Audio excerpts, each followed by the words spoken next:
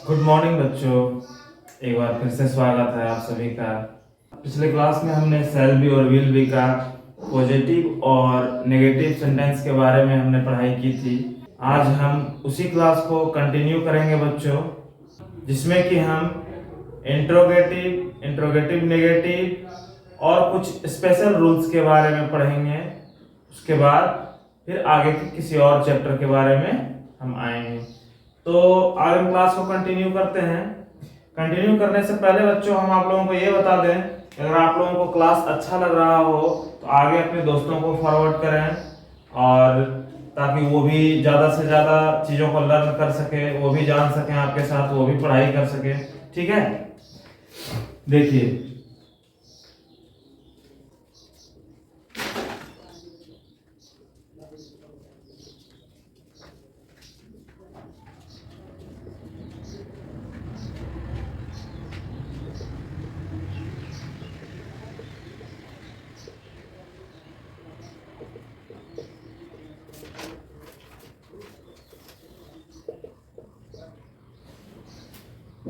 बच्चों, हम लोगों ने पॉजिटिव कंप्लीट कर लिया था, नेगेटिव भी कंप्लीट कर लिया था। आज interrogative, interrogative negative, WH question और कुछ स्पेशल रूल्स भी होते हैं इसमें, जिसको कि हम सीखेंगे। ठीक है,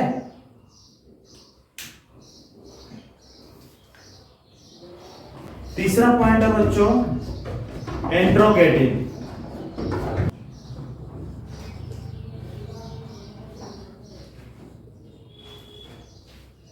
प्रश्नवाचक वाक्य। इसमें आप सभी को पता है कि आगे क्या लगा के सेंटेंस को तैयार करते हैं। जैसा हमने वाज वेयर में भी पढ़ा है, ऐसा इज एम आर में भी पढ़ा है। जो बच्चे नए हैं, जो नए ज्वाइन किए हैं, हमारे पिछले क्लास में भी जाइए और देखिए वाज वेयर कैसे इस्तेमाल किए थे, कैसे उसको हमने 5 भागों में डिवाइड किया था, और इज एम आर को कैसे इस्तेमाल किए हैं, उसके बारे में भी आप जान सकते हैं। आगे भी आप बेसिक ट्रांसलेशन के चैप्टर में जाके देखिए, प्लेलिस्ट में आपको मिल जाएंगी सारी की सारी क्लासेस। तो आज हम इसको पढ़ते हैं, इंट्रोगेटिव सेंटेंस कैसे तैयार किया जाएगा शैल बी और विल बी का। ठीक है,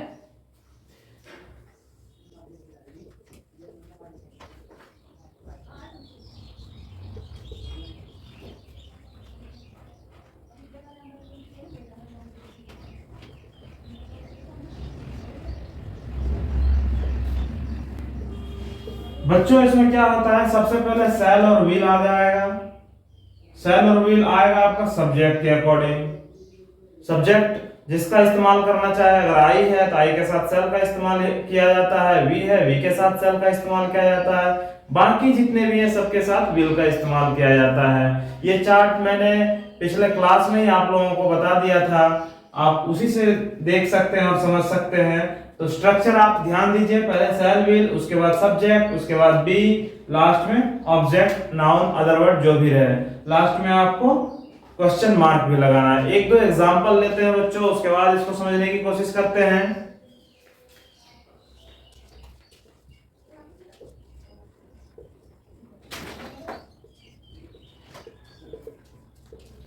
एग्जाम्पल है क्या मैं खुश रहूंगा, क्या मैं खुश रहूंगा। देखिए क्या आ रहा है आगे, क्वेश्चन मार्क लगा देना है, समझ जाइए कि हमारा इंट्रोगेटिव सेंटेंस है। ठीक है बच्चों, तो स्ट्रक्चर पकड़िए पहले, शैल और विल किसके अकॉर्डिंग, मैं सब्जेक्ट है, सब्जेक्ट के अनुसार क्या लग जाएगा यहाँ शैल। शैल के बाद आप सब्जेक्ट लगा दीजिए आई, उसके बाद बी हैप्पी।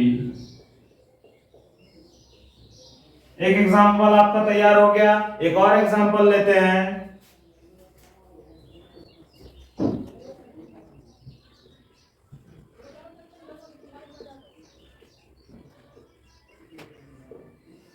क्या वह उदास रहेगी, क्या वह उदास रहेगी।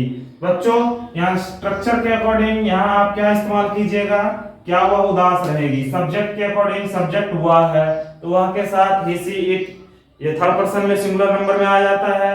बार बार मैं बोल रहा हूं बच्चों, आपको चार्ट को फोकस करना होगा, क्योंकि चार्ट हमेशा आपका इस्तेमाल होगा। आप आगे किसी भी चीज का ट्रांसलेशन का इस्तेमाल कीजिएगा, चार्ट के ही अकॉर्डिंग आपका स्ट्रक्चर तैयार होगा। उसको दिमाग में रखिएगा कौन किस पर्सन में आ रहा है। तो he she it third person singular number में, जिसके साथ कि हम इस्तेमाल करते हैं विल। विल, और वह उदास रहेगी। किसी स्त्री जाति किसी लड़की के लिए बात हो रही है, सी।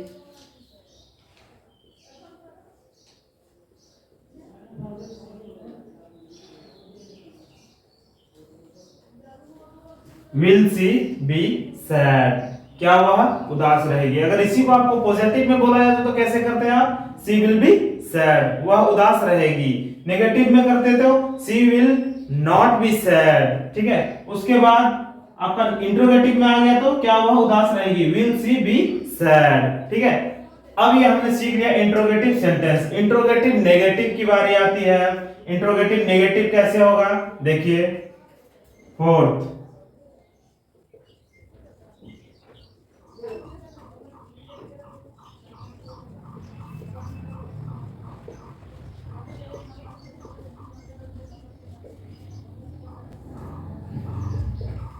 जो बच्चे नए जुड़े हैं हमारे साथ उनको हम बता देना चाहेंगे, इंट्रोगेटिव नेगेटिव प्रश्नवाचक और नकारात्मक दोनों साथ में रहते हैं।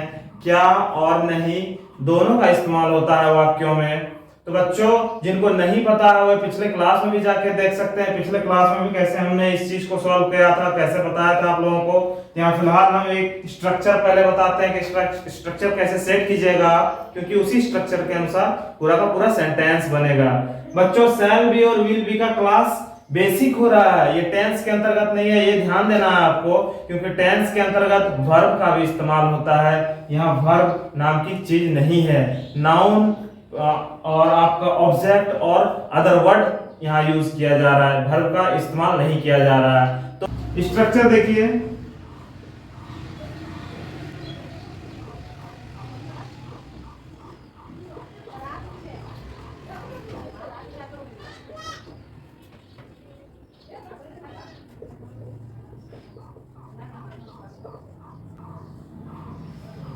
बच्चों शैल विल सब्जेक्ट, उसके बाद नॉट, उसके बाद बी, लास्ट में ऑब्जेक्ट नाउन जो भी रहे आपको पुट कर देना है, ठीक है। सेम टू सेम है बच्चों, बस यहाँ नॉट का इस्तेमाल किया गया है। जैसे पॉजिटिव के साथ उसके बाद नेगेटिव बनाते थे तो शैल और बी के बीच में नॉट रखते थे, विल और बी के बीच में नॉट रखते थे, उसी तरीके से यहाँ पर भी है, ठीक है। बिल्कुल ही इजी है, इसी तरीके से आप इसको समझिए।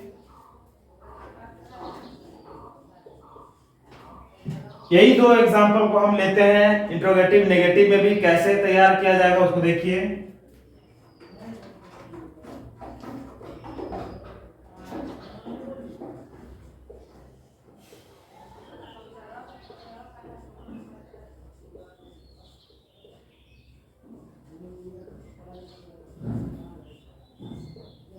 क्या मैं खुश नहीं रहूंगा, यहाँ पर आपका क्या और नहीं दोनों चीज का इस्तेमाल किया जा रहा है बच्चों। तो हमको समझ जाना है कि प्रश्नवाचक नकारात्मक है, यानी कि इंट्रोगेटिव नेगेटिव सेंटेंस है, ठीक है।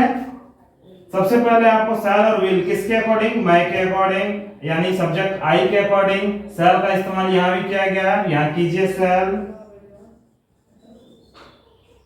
शैल आई, उसके बाद यहाँ पे नॉट लगाना है। शैल विल के बाद सब्जेक्ट, उसके बाद बी, लेकिन यहाँ पे शैल विल के बाद सब्जेक्ट, उसके बाद नॉट, उसके बाद बी, तो नॉट का इस्तेमाल यहाँ करना है आपको सब्जेक्ट के बाद।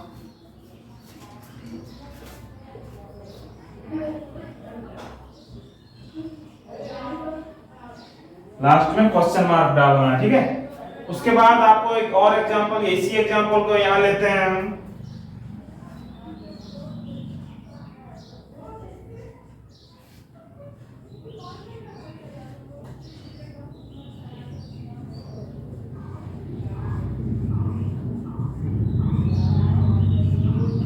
क्या वह उदास नहीं रहेगी, सेम टू सेम को आप सेंटेंस को पुट कीजिए ऊपर में जैसा है वहां, बट सब्जेक्ट के बाद आप नॉट का इस्तेमाल कीजिएगा, ठीक है।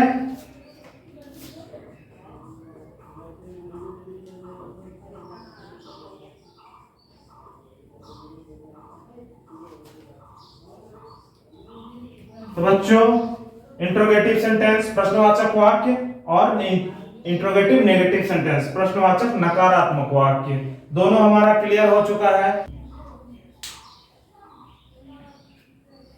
तो बच्चों, जिनको ये अच्छा लग रहा हो क्लास, आप अपने दोस्तों के साथ शेयर कीजिए ताकि वो ज्यादा से ज्यादा वो भी लर्न कर सकें आपके साथ। और जो अभिभावक जिनके घर में ऐसे छोटे बच्चे हैं जिनको आवश्यकता है ऐसे लर्न करने की, तो आप उनको सजेस्ट कीजिए ताकि वो जो गेम खेल के वक्त बिताते हैं या अदर एक्टिविटीज में उनका वक्त बीतता हो, कुछ अच्छी चीजें वो बेसिकली सीख सकें। ठीक है।